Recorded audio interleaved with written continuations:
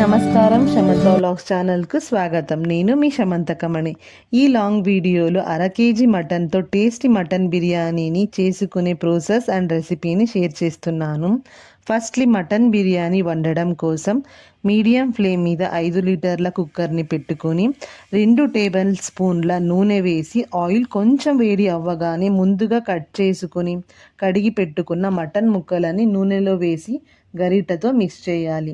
పచ్చిగా ఉన్న మటన్ ఇలా మారాక 1/2 టీ స్పూన్ పసుపు, ఒక చిన్న స్పూన్ అంత రాళ్ల ఉప్పు వేసి మిక్స్ చేయాలి. పసుపు మరియు ఉప్పు ఇలా మటన్ ముక్కలకి పట్టిన తరువాత 2 గ్లాసుల నీళ్లు ఈ సైజుతో ఉన్న గ్లాస్తో పోసి ఓసారి మిక్స్ చేసి ఇలా ఆయిల్ పైకి తేలగానే లిడ్ క్లోజ్ చేసి 5 విజిల్స్ రానివ్వండి. ఇప్పుడు కుక్కర్ విజిల్స్ వచ్చేలోపు మసాలాస్ అన్నీ రెడీ చేసుకోవాలి. ఫస్ట్ అల్లం వెల్లుల్లి పేస్ట్ని తయారు చేయాలి. దీనికోసం 2 పెద్ద సైజు వెల్లుల్లి మరియు ఈ పీసెస్ల సైజులో అల్లం తీసుకోవాలి. మన అమ్మమ్మ నాన్నమ్మల కాలంలో నాన్ వెజ్కు వెల్లుల్లిపాయలని ఇలా ఇంత క్లీన్ చేసి వేస్తేనే రుచి అని అనేవారు. సో అందుకని నేను నాన్ వెజ్ రెసిపీస్కి ఇదే ఫాలో అవుతాను. ఇప్పుడు ఒలిచిన వెల్లుల్లిపాయలని క్లీన్ చేసి మరియు చిన్న చిన్నగా కట్ చేసి పెట్టుకున్న అల్లం ముక్కలని కూడా మిక్సర్ జార్లోకి వేసుకుని గ్రైండ్ చేసి పేస్ట్ చేసుకోవాలి. మరొక విషయం ఏమిటంటే అప్పటికప్పుడు ఫ్రెష్గా చేసుకునే అల్లం వెల్లుల్లి పేస్ట్ నాన్ వెజ్ రెసిపీస్కి మంచి టేస్టీ అండ్ అరోమాని ఇస్తుంది. సెకండ్, 8 పచ్చిమిర్చీలు వీడియోలో చూపిస్తున్నంత పుదీనా మరియు కొత్తిమీరని బాగా కడిగి పెట్టుకోవాలి. ఇప్పుడు ఈ మూడిటిని జార్లోకి తీసుకొని ఫైన్గా పేస్ట్ చేసుకోవాలి. ఇలా థర్డ్, డ్రై మసాలాస్ని ఇలా ముందుగానే ప్లేట్లోకి తీసి ఉంచుకోవాలి. ఎన్ని తీసుకోవాలి అనే విషయానికి వస్తే 4 దాల్చిన చెక్కలు, 5 లవంగాలు, 2 ఏలకులు, 5 నుంచి 6 బే లీవ్స్ లేకపోతే బిర్యానీ ఆకుని తీసుకోవాల్సి ఉంటుంది. 1 స్పూన్ సోంపు మరియు ఈ బిర్యానీ మసాలాలు. ఫోర్త్, 2 పెద్ద సైజు ఉల్లిపాయలు, 2 చిన్న సైజు టమాటోలను తీసుకుని ఇలా ఉల్లిపాయల్ని నిలువుగా కాస్త పెద్దగా, టమాటోలని కూడా మరీ చిన్నగా కాకుండా ఈ సైజులో కట్ చేసి పక్కన పెట్టుకోవాలి. ఇప్పటికి 5 విజిల్స్ వచ్చేసిన కుక్కర్ని స్టవ్ నుంచి దించుకొని ప్రెషర్ మొత్తం పోయాక లిడ్ ఓపెన్ చేసి ఇలా మటన్తో ఉడికిన నీళ్ళని ఒక గిన్నెలోకి తీసుకొని మటన్ ముక్కలని ప్లేట్లోకి ట్రాన్స్ఫర్ చేసుకోవాలి. ఇప్పుడు ఫైనల్ ఆర్ లాస్ట్ ప్రాసెస్ విషయానికి వస్తే స్టవ్ మీద 5 లీటర్ల కుక్కర్ని పెట్టుకొని 4 టేబుల్ స్పూన్ల ఆయిల్ వేసి అప్పుడే తీసి పక్కన ఉంచిన డ్రై మసాలాస్ అన్నిటినీ వీడియోలో వేస్తున్న విధంగా ఒకటి దాని తర్వాత ఇంకొకటిని వేస్తూ అన్నిటినీ వేయాలి. స్టవ్ని మీడియం ఫ్లేమ్లో ఉంచాలి. ఇలా నూనెలో ఈ రంగులోకి రావాలి డ్రై మసాలాసు. అప్పుడే వాటిలో ఉన్న అంశం అరోమాస్ ఆయిల్లోకి ట్రాన్స్ఫర్ అవుతాయి. ఇప్పుడు ఉల్లిపాయ ముక్కలని వేయాలి. ఓసారి ఇలా మిక్స్ చేసిన తరువాత కాస్త వేగగానే టమాటో ముక్కలని కూడా వేసి ఇలా వేగనివ్వాలి.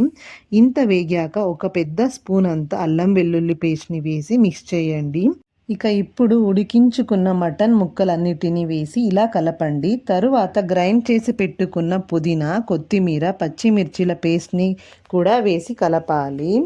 ఆ తరువాత నెక్స్ట్ 2 స్పూన్ల బిర్యానీ మసాలా పౌడర్ని వేయండి. అంతా బాగా మిక్స్ అవుతున్నప్పుడు ఆయిల్ ఇలా సపరేట్ అవుతున్నప్పుడు పేస్ట్ల మసాలాల పచ్చి వాసన అంతా పోయి ఇలా రంగు మారుతున్నప్పుడు 1 స్పూన్ గరం మసాలా కూడా వేసి మరోసారి మిక్స్ చేయాలి. ఇప్పుడు స్టవ్ని సిమ్లో పెట్టి ఒక పెద్ద గిన్నెలో 3 గ్లాసుల బియ్యాన్ని 2 సార్లు కడిగి పెట్టుకోవాలి. కుక్కర్లో మసాలా నుంచి ఇలా ఆయిల్ ఫుల్గా సపరేట్ అవుతున్నప్పుడు ఒక చిన్న బౌల్లో లేదా 4 స్పూన్లంతా పెరుగు కూడా వేసి మిక్స్ చేయండి. ఇప్పుడు కడిగి పక్కన ఉంచిన రైస్ మొత్తాన్ని కుక్కర్లోకి వేయండి. స్టవ్ సిమ్లో ఉండాలి. మళ్ళీ తిరిగి ఓసారి లైట్గా ఇలా మెల్లగా మిక్స్ చేయాలి. చాలాసార్లు మరియు స్పీడ్గా మిక్స్ చేయాలని చూస్తే రైస్ విరుగుతుంది. అందుకని నెక్స్ట్ ఫైనల్గా ఏ గ్లాస్ మెజర్మెంట్తో రైస్ తీసుకున్నారు అదే గ్లాస్తో ఫస్ట్ మటన్తో పాటు ఉడికిన నీళ్ళని బౌల్లో తీసి ఉంచినవి ఇలా 2 గ్లాసులలో వేసుకోవాలి.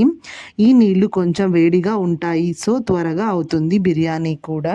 ఇప్పుడు 3 గ్లాసుల నార్మల్ వాటర్ని కూడా పోసి టోటల్లీ 5 గ్లాసుల నీళ్ళని పోయాలి 3 గ్లాసుల బియ్యానికి.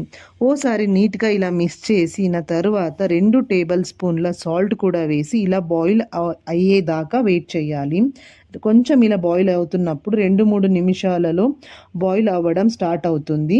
సో కొంచెం ఇంత బాయిల్ అవుతున్నప్పుడు లిడ్ క్లోజ్ చేసి స్టవ్ హై ఫ్లేమ్లో పెట్టాలి. ఒక లాంగ్ విజిల్ వచ్చిన వెంటనే స్టవ్ ఆఫ్ చేయాలి. ప్రెషర్ కంప్లీట్గా పోయే వరకు కుక్కర్ ఓపెన్ చేయరాదు. ఫుల్గా ప్రెషర్ పోయాక ఓపెన్ చేస్తే ఇలా రైస్ పలుకు పలుకులుగా ఉంటుంది. మటన్ కూడా బాగా సాఫ్ట్గా ఉంటుంది. ఇప్పుడు హాట్ బిర్యానీని కూల్ రైతాతో, ఆనియన్స్, లెమన్ ప్లస్ కుకుంబర్ పీసెస్తో పాటు సర్వింగ్ ప్లేట్లలోకి తీసుకొని సర్వ్ చేసుకొని మీరు కూడా ఎంజాయ్ చేయండి. నేను షేర్ చేసిన ఈ mutton biryani process long video మీకు యూస్ఫుల్ అండ్ ఇన్ఫర్మేటివ్ అనిపిస్తే లైక్ చేసి మీ ఒపీనియన్స్ అండ్ అప్రిసియేషన్ని కమెంట్స్లలో ఎక్స్ప్రెస్ చేయండి. Thank you for watching.